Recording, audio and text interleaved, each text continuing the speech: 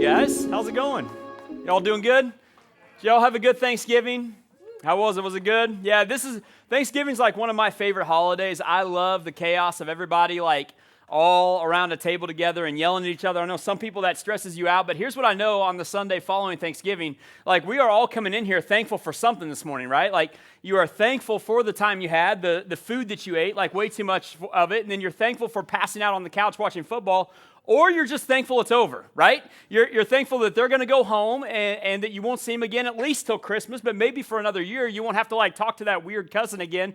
And so we all come in here on Sunday morning, probably a little bit more tired than normal, yeah, but thankful that like we made it through a holiday. And this morning we're kicking off this brand new series that's all based around gratitude. It's called Give Hope.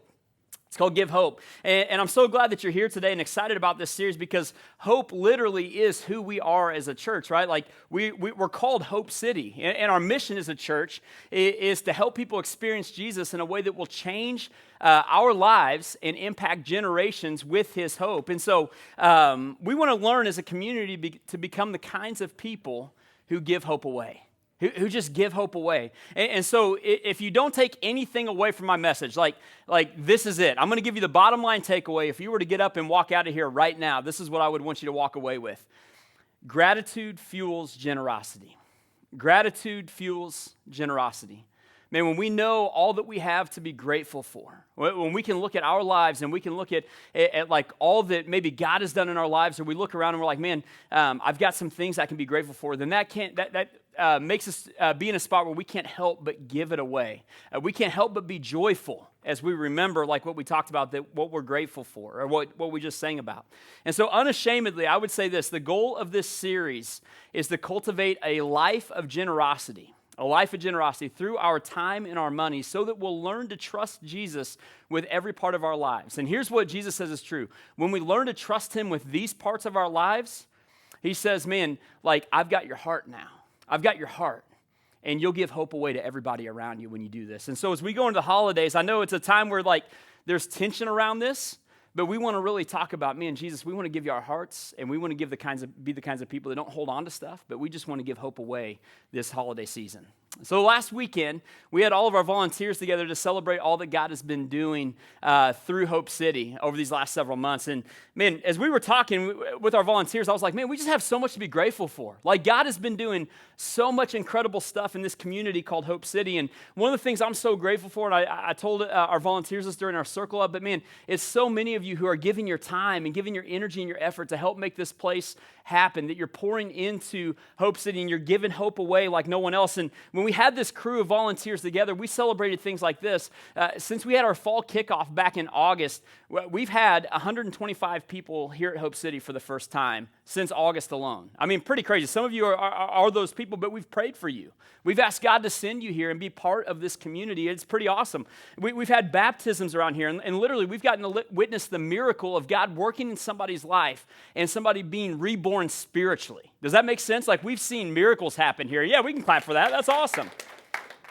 We had our first semester of groups that have just been fantastic, and every group has been growing together in community. They've been growing through the book of Romans that when we were in this series called All in the Same Boat, and we've been giving hope away through groups by serving together. And City Kids, man, I love our City Kids team. I'm a little biased because I've got kids down there, but man, one of the things that Taryn Taylor, who serves down there, said is we just want to create this environment where hope is for everyone, including kids, where we have inclusive environments where no matter what kids are going through, what they're walking through, no matter what needs they have, that they come in and we serve them really, really well in the middle of that. And man, we've been serving our community really well, Hope City. Like, we've had parties all summer long at Johnson Square, and we've had the opportunity to partner with Tyson Elementary this year, and now we're partnering with Shared Beginnings. Like Hope City, we are deeply invested in Northwest Arkansas and in this community.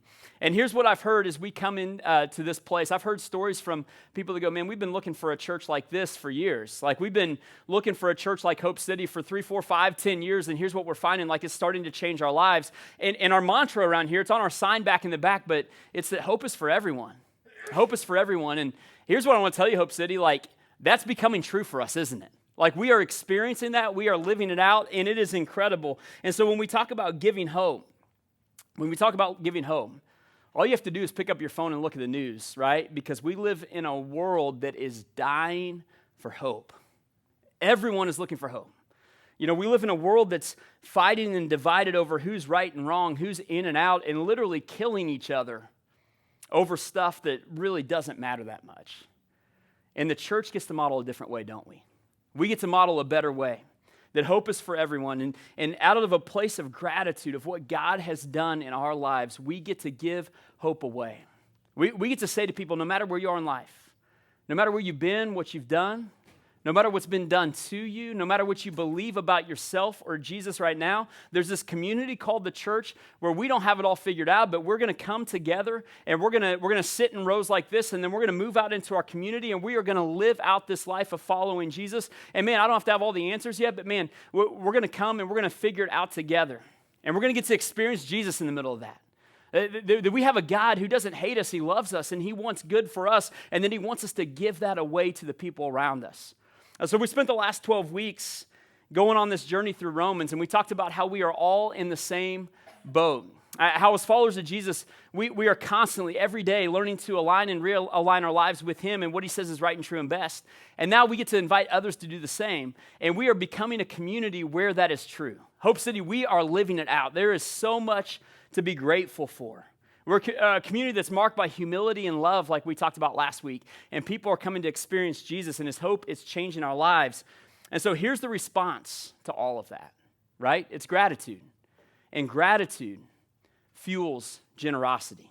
Now's the time to give hope away to those who are looking for hope, the same way that we found hope in Jesus and through this community. See, the story of our God and the story that we're getting ready to celebrate on Christmas is that we've got a God who gave hope away, right? It's a story of what God has done by coming into our world and coming into our lives, and now he's invited us to live out the same story, to help other people know that there's a God who has hope for them as well. And so how do we do that? Well, it's what we just did. It starts with gratitude, right? It starts with gratitude. But we're going to be taking a look at a few different things on how we give hope away throughout this next 3 weeks on this series. Jesus is going to point to some things in our lives that he's going to go, man, there's some subtraction that needs to take place. In order to give hope away, what do I need to let go of in my life in order to help someone else experience that same hope? And then there's addition, like some simple math. And some of you are like, oh, crap, I failed math class. I can't do this anymore, Adam. But addition, like what are some things that I need to add into my life or hold on to so that I can give hope to others who need it? And then multiplication. Multiplication. What we're going to take a look at is John chapter 15 over these next 3 weeks. And in John 15, Jesus is going to use a farming analogy. He's going to talk about growing grapes. And he's going to use this phrase to help us understand multiplication. He's going to say, you're going to bear fruit. You're going to bear fruit. And when you see that phrase in the Bible, it is always a picture of multiplication and impact on about 3 different levels. It's a picture of multiplication and impact physically. Like if you go back to the book of Genesis, God commands Adam and Eve, be fruitful and multiply, so physically multiply. It's a picture of multiplication spiritually, of what God wants to do in our lives and what he wants to do through us. And then we're going to see, as we get into this series, is a picture of multiplication financially. Like what could happen if we pool our resources together and go, man, let's give hope away to our community. So how do we become a community who gives hope like Jesus?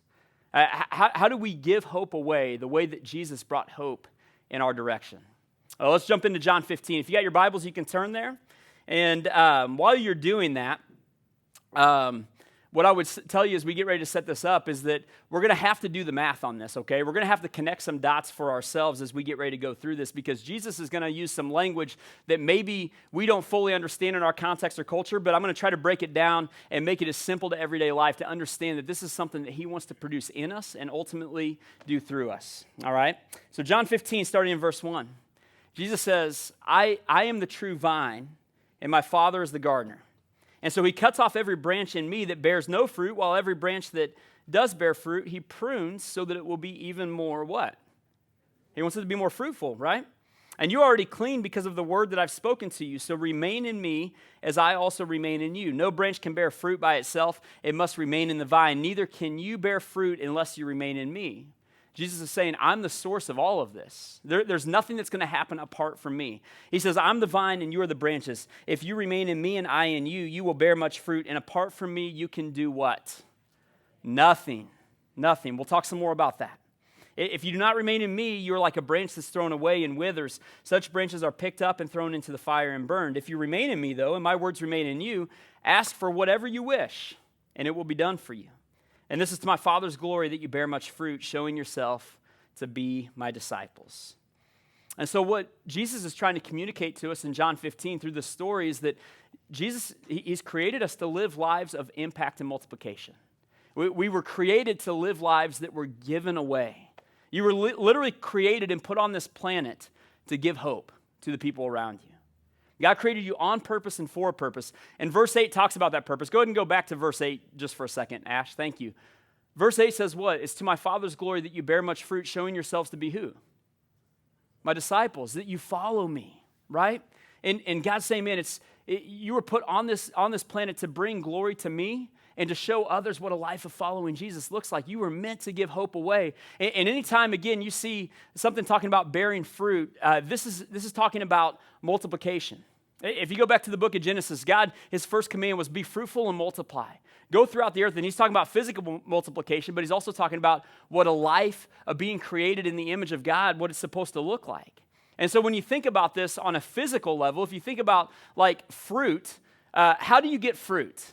You plant a seed in the ground, right? And then that seed produces an apple or an apple tree, right? An apple tree that produces fruit year after year after year, or grapes. In this example that Jesus is using, it produces a grapevine that produces grapes year after year after year. And so Jesus is saying the work of the Holy Spirit within our lives, it's referred to as fruit. It's love, it's joy, it's peace, it's patience, kindness, goodness, gentleness, self-control. He goes, as I produce those things in your life, then the world around you is going to get a picture of who I am and what I'm like as you go live that out. Like Jesus has created us to give hope away. And here's where it starts. It starts with grace and gratitude. It starts with grace and gratitude. Verse 2 says that he cuts off every branch in him, Jesus, that bears no fruit. So the gardener is the Father. He cuts off every branch in Jesus that bears no fruit. Now, he cuts off. There's some phrases in the Bible that are like not great English translations of the original Greek that it was written in. And he cuts off is one of them, because he cuts off could be more accurately translated. And you may write this down. It could be more accurately translated to raise up from the ground. To raise up from the ground. Now, I don't know a lot about growing grapes. Some of you probably know more than I do, but it's likely when Jesus was using this analogy, they are walking through a vineyard, or they're walking by a vineyard in Israel, because everything in this story is typical of what you'd find in a vineyard. But in the context of a vineyard, to raise up from the ground makes a lot of sense, because what would happen is when a grape branch would fall from its spot on the vine down to the ground, the gardener would come along and he would see this branch on the ground, and it's muddy, it's covered in dirt, and it's unable to bear fruit. Are you with me? It's like on the ground covered in all this stuff. And so what the gardener would do, he would lift it up, because the gardener wants what from this branch? He wants grapes from it, right? His heart is not to cut it off and just throw it away. His heart is to see it do what it's intended to do, to produce fruit. So he would lift it up, and he would start to clean it off, and he would put this branch back in its proper place so that it could do what it's intended to do, to bear fruit. And man, isn't that the exact same thing that Jesus does for us? When we fall, when we get covered in dirt, when we lose our proper place, what he does is he comes along and he picks us up and he cleans us off and he puts us back in our proper place so that we can do what we were created to do, which is what? Bear fruit, to make an impact in the world, to learn to live as sons and daughters of the King and live out this kingdom life of multiplication and impact in our world. So you know what that leads to when we understand the extent that Jesus has gone to for us? I mean, we understand the grace that he has for us, right? But it leads to gratitude. When we understand what Jesus has done in our direction, we can't help but live lives of gratitude and joy and just give it away. Now, here's the second thing we have to look at. We have to let go of the things that aren't giving us life. Back to verse 5, Jesus says, I'm the vine and you're the branches. If you remain in me and I in you, you will bear much fruit, but apart from me, you can do nothing. If you do not remain in me, you are like a branch that is thrown away and withers. Such branches are picked up and thrown into the fire and are what? Are burned. And we're going to talk about that, all right? But this is where things often get out of whack for me. I don't know about you, but see if this resonates with you. I often try to do spiritual work through physical means. Like I try to do what only God can do in my life through my own physical strength. When it comes to the church, like anything in this work, or trying to convince my friends that they should come and be part of this, or like to strategize and come up with clever ways of saying things, or even thinking that it's my job to build the church, things get out of whack when I try to do spiritual work through physical means. And the reality that Jesus is pointing to here is this, that he's the vine, right? So anything spiritual is going to come through him. He's the one that gives life.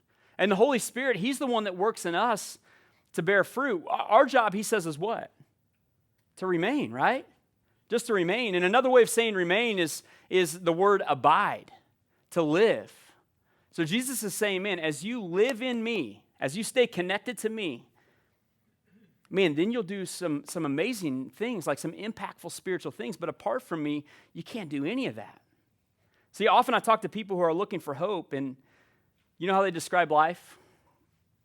Man, I'm just running on empty right now. I'm feeling dead, kind of spiritually. I feel very disconnected from God right now. I feel burned out. I feel like I've got nothing left to give. Does any of that resonate? Because I feel that sometimes too.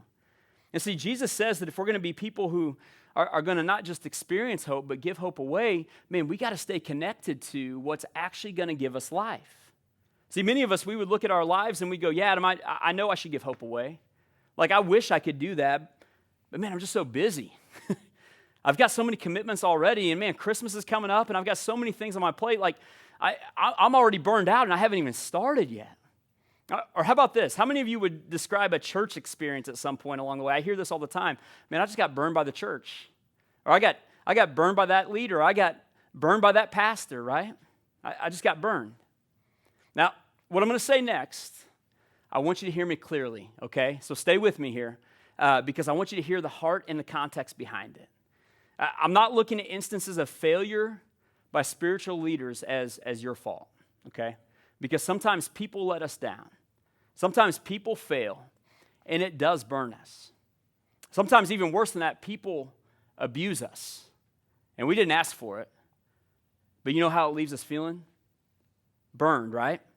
Burned. And if you've been hurt or you've been let down, man, please know, like, I'm sorry. And I'm so glad that you're here. I hope that this is a place where you find hope and healing for those wounds. But Jesus says something here that we really have to pay attention to. If we're ever feeling burned or weary or we've got nothing left to give. Because in his word, Jesus says this. He goes that if you attach your life to anything or anyone less than me, you'll end up what? Burned, right? It will leave you withered and dead and tired and empty. Anything other than Jesus is not life-giving. And it ultimately will not produce fruit in your life, and that will not lead to the life that you hope for. It will not produce hope in your life if you're attached to anything less than Jesus. And that's not a threat. Jesus isn't threatening us with anything here. No, he's just pointing to the reality of what so many of us, we've already experienced, right? We've already experienced this. So think about it in terms of church. I'll just speak for this church, okay? Because that's all that we're responsible for. Man, if you attach to Hope City and not to Jesus, could I just tell you, you'll get burned, right? If you find your identity in this church, in this community, in this place we call Hope City, we will let you down. Why? Because we're not the life source. Our job is just to point you to the one who is and to run after him together. If you attach to me as a pastor, I will let you down, okay? Just ask my wife and kids. I let them down like every single day, all right? If you attach to how you serve around here and you find your identity in that, guess what? You will get burned and you will burn out and you won't have anything left to give. If you attach to anything or anyone less than Jesus, it will leave you dead and empty and you'll be burned out like Jesus promised. How about relationships? Man, if you attach to your relationships where it's, man, your kids or your spouse that you're hanging on to, or even your friends that you're trying to find life from, eventually those people in your life, they won't give you the life that you're looking for, right? And the expectations that you place on them, it'll crush them. It'll crush them. And guess how they're going to feel? They're going to feel burned by you, right? And you're going to feel burned by them.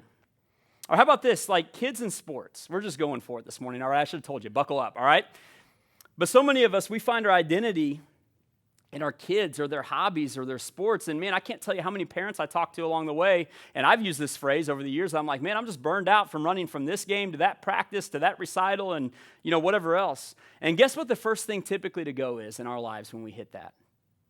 It's church, right? You go, Sundays are the only day I get to sleep in, right?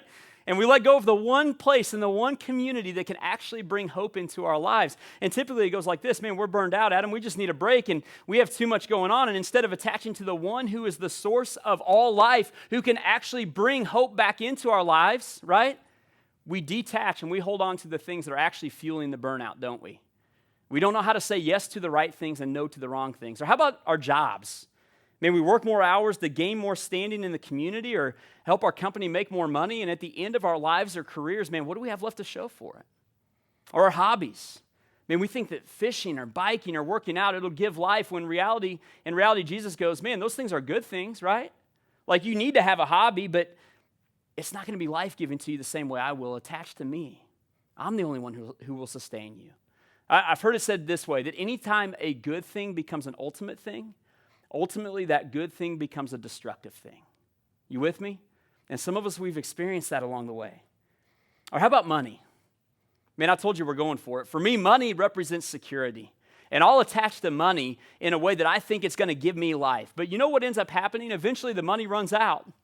Or it doesn't give me what I'm really searching for. Or you retire. Or you die, right? Real happy around here this morning, right? If anybody wasn't depressed, you will be by the end of this, all right? But man, who or what are you trusting for life and security? So Jesus would ask us this question. What do we need to subtract from our life that's less than life-giving? What do we need to let go of that's less than Jesus, that eventually is going to leave us burned and dead and empty so that we can hang on to him? And so here's the next thing. As we do that, we have to let go of what's good to get to what's best. We got to let go of what's good to get to what's best. Jesus says this, he cuts off. Now remember, he cuts off is he raises up. He gives grace, right? And out of that grace, we have gratitude. He cuts off or raises up every branch in him that bears no fruit, while every branch that does bear fruit, he does what? He prunes so that it will be even more fruitful. So gardeners, you know this, right? Like, pruning good branches actually leads to more fruit. You cut the things that are producing fruit so that it'll produce even more fruit. And what Jesus is telling us is that the same is true spiritually. When we cut away good things in our lives, it actually leads to what's best, right? It leads to more impact. And here's the thing with pruning. It's cutting away the good stuff. It hurts. You're letting go of some things that you really care about, that you really love, and it seems counterintuitive, right? It doesn't seem like having good stuff cut away would actually lead to more fruit, but it does. I mean, doesn't it feel like that's sometimes how God works in our lives? Like counterintuitively. And here's what you need to know in this moment of pruning. Like, God is the gardener, right? And Jesus is the vine that we're staying attached to. So if God is the gardener and he's the one doing the pruning, he's doing the cutting away, then here's what you need to know. And that moment of pain, as he's pruning and cutting away good stuff to get to what's best, the gardener, God, he's never closer to you than in that moment. Because as he's cutting with one hand, he's actually holding you with the other, right? And so you got a couple options. You can lean into the cutting and you can get bitter and you can go, God, you don't care about me. Or you can lean into the hand that's holding you going, man, I'm doing this in your life because I know it's going to lead to something really, really good on the other side. And it's going to lead to even more fruit. You're going to be more the person you want to be and more the person I created you to be if you lean into me and trust me in this process.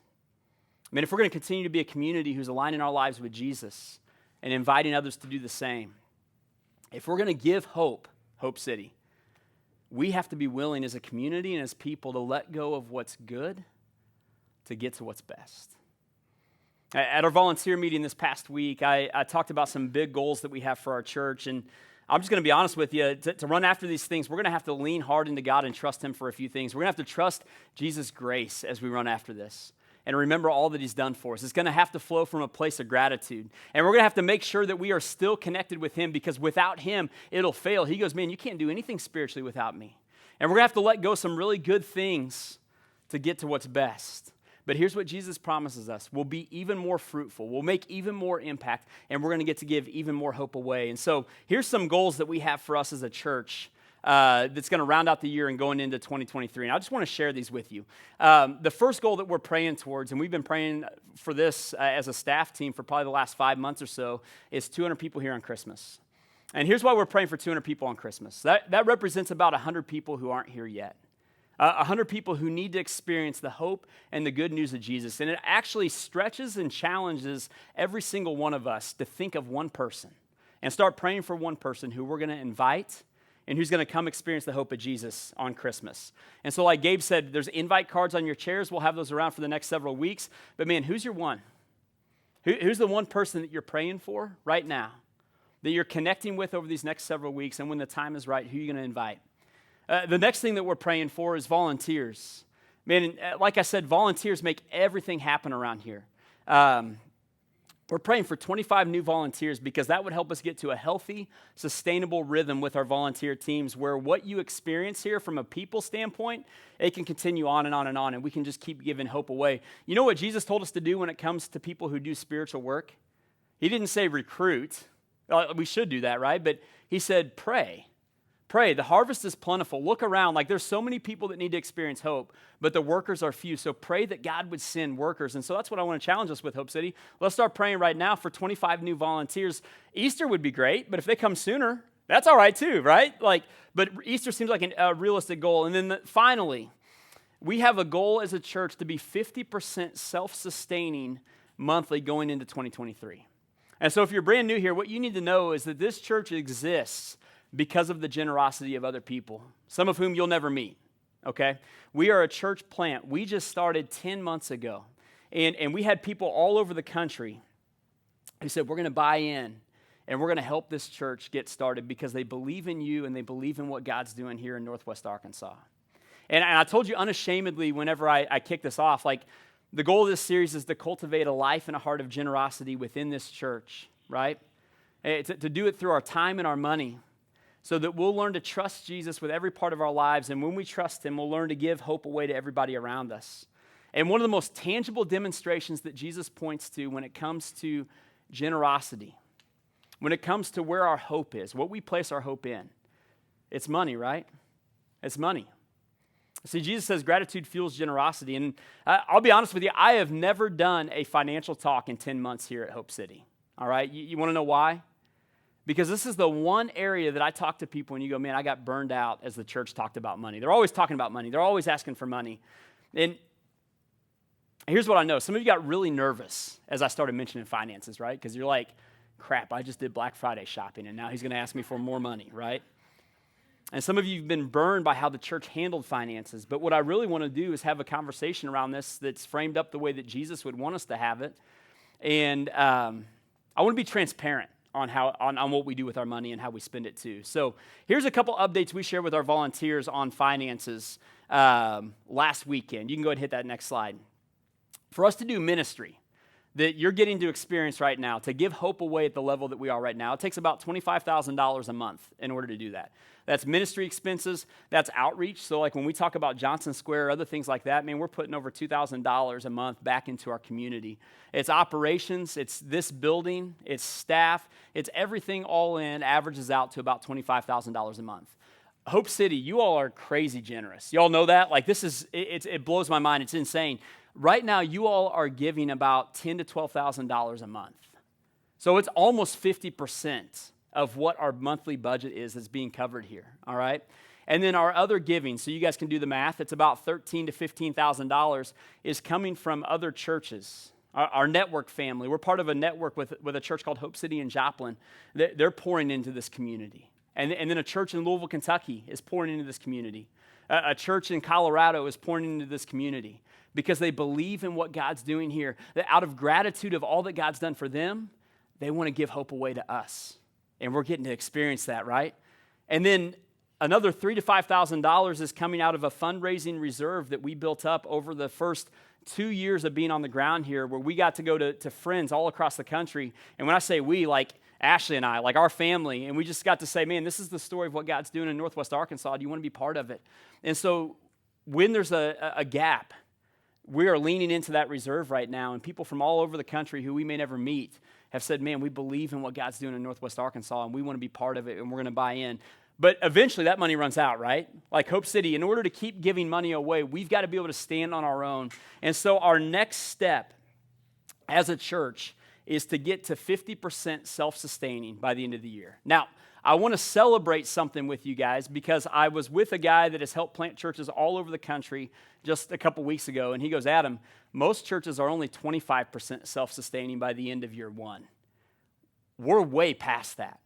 Year one for us will be coming up in February. So you guys are crazy generous, but if we can take this next step together, here's what it sets us up for. It sets us up on a pathway to be self-sustaining faster. Our hope would be that at the end of 3 years, we can carry our own weight.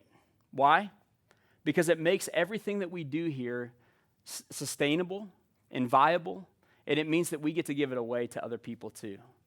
We don't want to just get more money so we can do more cool lights or things like that, right? Like our goal would be to plant more churches, to invest in other churches the way that we've been invested in, to have more partners in our community, to be able to make a bigger kingdom impact and to give away, not just to Share Beginnings or Tyson Elementary or through groups or things like that, but to be able to take on partners around the world, right? And to support the work that God is doing around the world. So here's what we're asking, all right?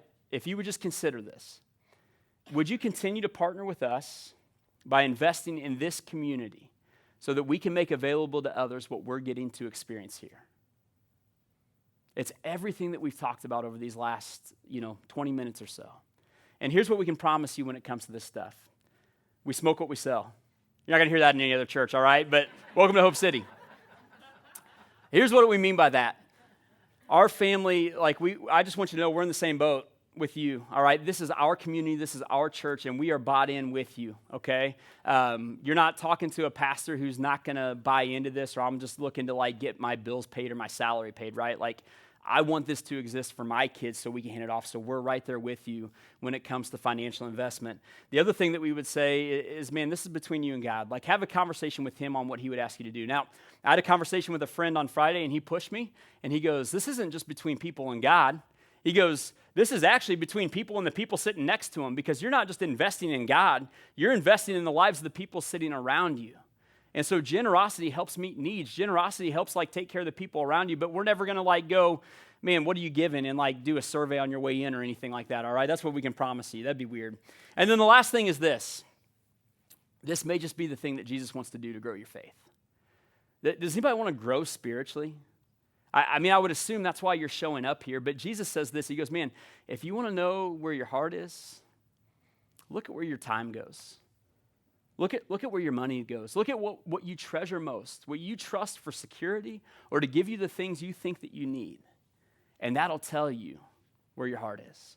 And so if we want hearts that are closer aligned with Jesus, this is the one area of life where Jesus goes, God goes, hey, test me. Just see if I'll be faithful to you. Test me. As you give towards kingdom things, see if I will show up back in your direction and take care of everything that you need. Now, here's what you're not going to ever find in the Bible, and you're never going to hear from us here at Hope City. It's never going to be if you give $1, then God will give you 10 back, because he doesn't promise that, right? No, what he does promise is that as you do this, he'll align his heart closer with you, or with him. It'll make you more generous towards the people around you. Your faith will grow, and God promises that he'll take care of everything that you need, right? He'll take care of everything you need. It may not be the way that you want him to, but he'll take care of everything that you need. Now, this is something that's very personal for me. And I share this in confidence because this is how God has worked in my life. When I first came on staff with the church, Ashley and I didn't give anything for a long time. We're we don't even make enough money. They don't pay us enough. And my giving is through serving this church on staff. That was actually my attitude. And then God just started convicting both of us around the same time. Ashley came home one day and she was like, hey, I think we need to give more to the church. And I was like, dang it. Or start giving, period. Because I was I'm feeling the same thing. And so we started giving. All right. And then Ashley gets pregnant with Oliver. And we couldn't even afford for her to be off a month with Oliver, our oldest son. And at the same time, we were praying for some friends that needed a dryer. And we're both praying, and God's like, hey, you guys are praying for somebody to provide it. I want you to do it. And then I want you to give more to the church. And we didn't even have enough money for Ashley to be off for a single month after she had our son. You think that tests our faith and grows our faith? And here's the thing. Here's what we did. We go, God, we're just going to trust you. Because you say that this is an alignment of our heart towards you. And we want to be closer to you in this area of our lives. And so we started giving more. And we started doing what he was asking us to do with this part of our life. And here's what happened. And I don't tell you this to say, man, this is exactly how God's going to show up in your life, or like, again, some health and wealth. Like, if you give this, then this will happen. I just tell you that this is my experience, and God's used money to grow my faith personally more than anything else that I've experienced. Within a month, I got a promotion at work that I wasn't expecting. A position opened up that didn't even exist when God was asking us to start giving more. And it didn't just cover the 1 month of Ashley being off after having Oliver. It actually covered a full year of her pay, which wasn't much. I mean, it didn't take much to do it. But it ended up covering like a full year. We were poor in our first kid, but it ended up covering a full year so that she could stay home with him like we had been praying for. And for us personally, it was like God's going, hey, if you trust me with this part of your life, you think I'm going to take care of you? I promised I would. Test me. And we did, and he did. And so I share that with you just to go, man, that's our story. And it continues to be, and I haven't even said this to Ashley out loud yet, but I feel like as I'm sitting here talking, God's going, I want you to give more. I want you to do more. And we're going to talk, and we're probably going to end up doing that. So here's what we're looking at to end out the year, okay? I want to share this with you. This series is attached to an initiative that we want to do called Give Hope. From this point on, after we cover 50% of our December budget, which is $12,500, right? 50%. We want to do this. We want to take 50% of that, and we want to forward fund all of our 2023 outreach initiatives. So if we give above and beyond $12,500, half of everything above and beyond will go towards Johnson Square. It'll go towards Tyson Elementary. It'll go towards groups serving in our community once we kick groups back off. It'll go towards partners that we don't even know yet, right? Like, we'll be able to give more away. And here's the other thing that we want to do. The other 50%, we want it to go directly to Give Hope through Shared Beginnings in our community. And so 50% of everything above 50% of our monthly needs is going to go to someone who's not Hope City. And I've been told by people, Adam, you shouldn't do that. You're a church plant, like you can't give that much away yet. And can I be honest with you? Even with this church, money represents security for me. And I've got a conviction, you may disagree, we can talk about this later, that God's asking us as a church to trust him financially too. And Shared Beginnings has a need for car seats. They work with moms who've had to give babies up for adoption because of their life situation and circumstance. And they start life skills classes with them and counseling with them so that when they're in this situation again, adoption doesn't have to be part of the story. They can raise their kids. But in a lot of cases, there's still a financial disconnect. And Michelle was sharing with me, she goes, Adam, I know what we'll do with it. She goes, we're going to buy car seats because these moms can't afford something as basic as a car seat. So picture this. A mom has worked her butt off for months to get to a point where she can raise her own child, but she just can't afford a car seat. Think about transporting a newborn without a car seat. All right? Now take that a step further. What happens sometimes is these moms, they may get stopped or pulled over, right? Guess what happens if they get pulled over? This is a story that's happened in our community. Not only is the baby taken away, right? But the mom faces a felony charge for child endangerment, all because she couldn't afford a car seat.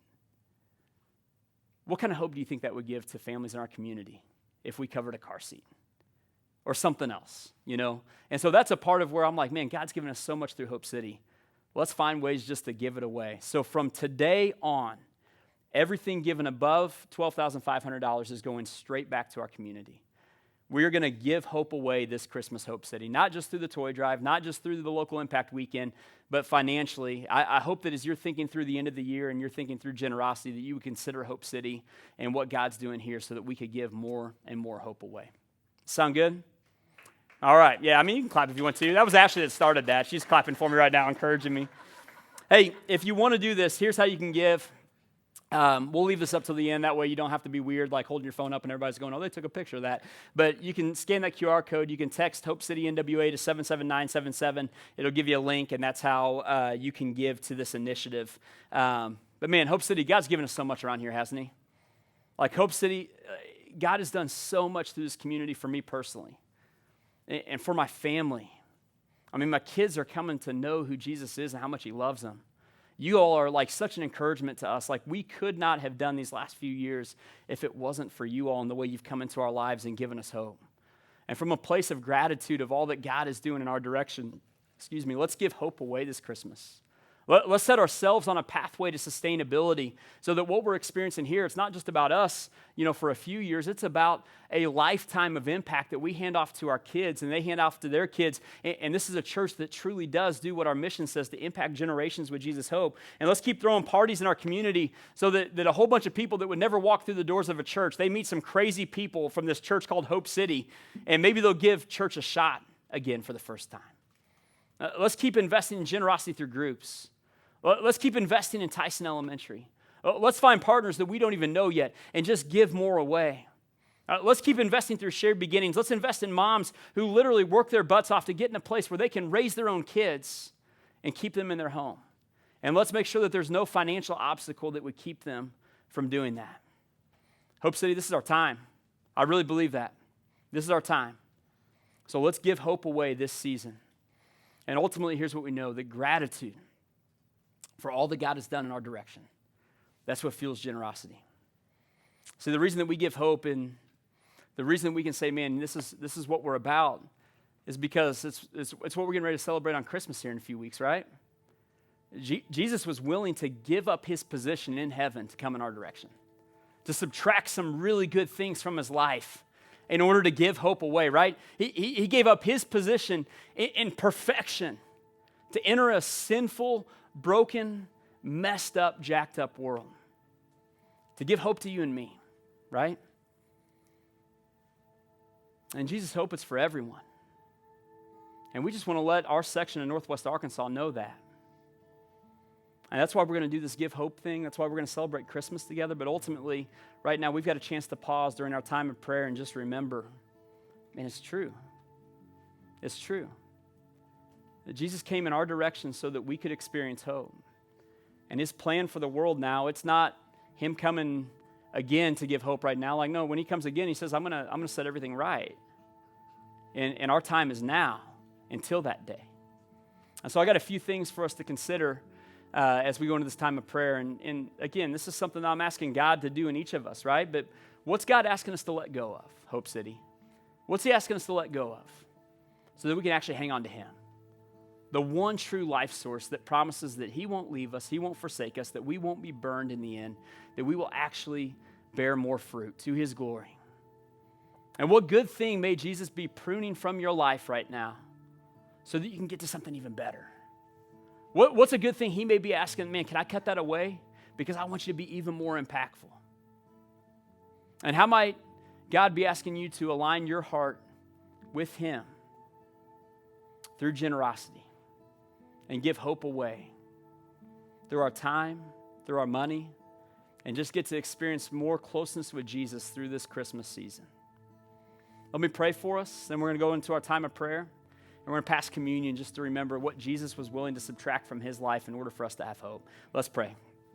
God, you're good. And I just thank you for this time that we have together right now. And God, the opportunity that we have to be connected to you and connected to the people around us and experience hope in this moment. And God, I'm not sure how this all lands on everybody in the room. And I know it's a hard conversation at times for me to be able to have. But God, I just pray that you would just remind us of all that we have to be grateful for, what you've done for us. And that, Jesus, you would allow us from that place to, I don't know, the image I'm thinking of is unclenching our fists and opening up our hands to receive everything that you have for us, but then to give away everything that you're asking us to let go of. I pray, Jesus, that you would, in this time and in this series, cultivate hearts of generosity through our time and our money, so that others would get to experience what we get to experience right here, right now. Jesus, we love you. Just speak to us right now. It's in your name we pray. Amen.